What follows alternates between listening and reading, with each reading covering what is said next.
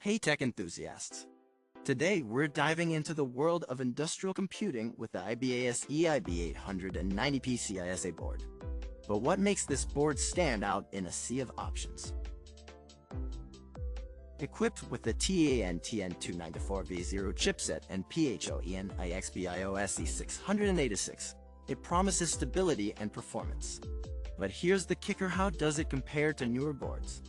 Are we sacrificing cutting-edge technology for reliability? And let's talk about trends. With the rise of AI and IoT, is sticking with a classic like the IB890 a smart choice, or are we missing out on the future of computing? What do you think?